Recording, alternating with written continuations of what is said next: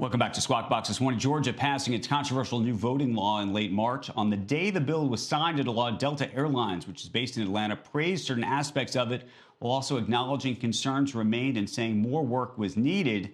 In a memo a week later, Delta CEO Ed Bastian was more stark, calling the final bill unacceptable. Then Bastian appeared on CNBC last Thursday and offered this elaboration. We knew there were concerns, but when we saw not only what those concerns were, but we heard from our African-American community here in the state of Georgia. Remember, we're the largest private employer in the state, and we've got a very large employee base who's black. Hearing their frustrations expressed, we felt compelled to have to express those concerns. Former Secretary of Housing and Urban Development, Dr. Ben Carson, is now calling Mr. Bastian a hypocrite. Dr. Carson joins us this morning. He's the founder and chairman of the American Cornerstone Institute. Good morning to you. Dr. Carson, why do you think companies like Delta should not be speaking out? Well, first of all, you have to recognize that the election laws in Georgia and in many other states where they're working on them, they're trying to codify early voting because this has become something that is very large in our society recently. And you need to have consistency in the way that it's done. It can't be done on the fly by, every Secretary of State and governor who has perhaps some things that are impacting the way that they want to do things. And, identification requirements that should be the same as in-person voting. That's what it's all about. Now, I assume that Delta and other companies have read the law and, have listened to the statements by people like President Biden, which, quite frankly, are not true. When they say that the voting ends at 5 p.m. for early voting, that's not true. The law says that 5 p.m. is the earliest that one of these places can close. But they can stay open till 7 p.m. and anybody in line by 7 p.m. can vote.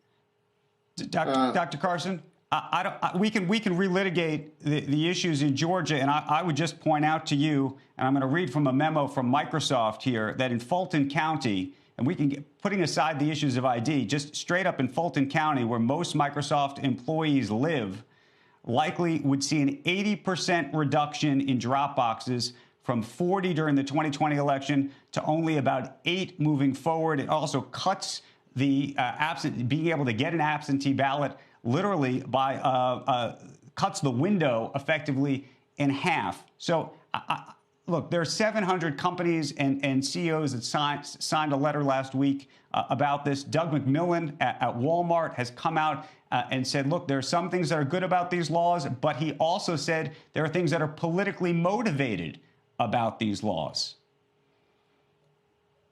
Well, you have to look at the facts. How many people were, in fact, able to vote? And isn't that number actually increasing dramatically? So it really makes you wonder about that. And what about the values? Delta say it's opposed to their values. What about the value of interstate travel, which is guaranteed to American citizens?